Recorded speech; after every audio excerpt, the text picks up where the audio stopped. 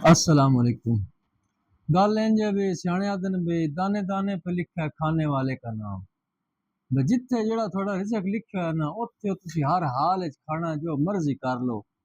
ओ कज़ा नहीं हो सकदा। मैं अगे उत्ते घरों निकलण लग्या मैं वीडियो बनाई भी पतरेर मेरे आउणा इत्थे मोटर ठीक करन। मेरे ख्वाब ख्याल विच वहम गुमान विच भी नहीं भी असीं इत्थे आउणा। इस इंज ना लिया भी मैं चलां भाई जफर कोल मोटर ठीक करनी। मैं आख्या चलो यार बस रल के जाने आ मेरी भी छुट्टी। इत्थे आया भी काम इंज है भी बस मोटर दा कोई बाल चल जाए वो छोटा मोटा काम करना ते हो गया। भी 12-1 बजे असीं जुम्मा घर आके पढ़ना।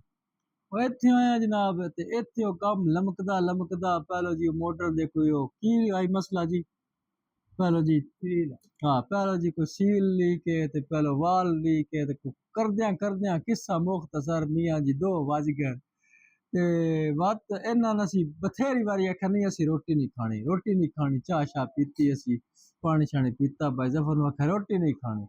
ओ भाई हुण मोटर ठीक होवे ते जान छुट्टे ओ मोटर कोई ना ठीक कोई 2 वज गए मोड़ अखीरी भाई ना हाँ वही हुण भी कोई नहीं बस दी गल है भी ये चौल भाई असीं खाने आन ए मुकदरा चाहन ए हुण असीं खाने ते मोटर ते ठीक कोई नहीं होई ते हुण असीं मुड़ वग जाना ए असीं चौल खाण वास्ते इतना बैठे रहे हां ते मोटर दा ते बहाना बनया रहा ते ए हुण असीं अपना रिज़क मुकदरा दा अपना रिज़क खत्म करना इत्थों ते बातें इंशाअल्लाह घर सलामत रहो जनाब।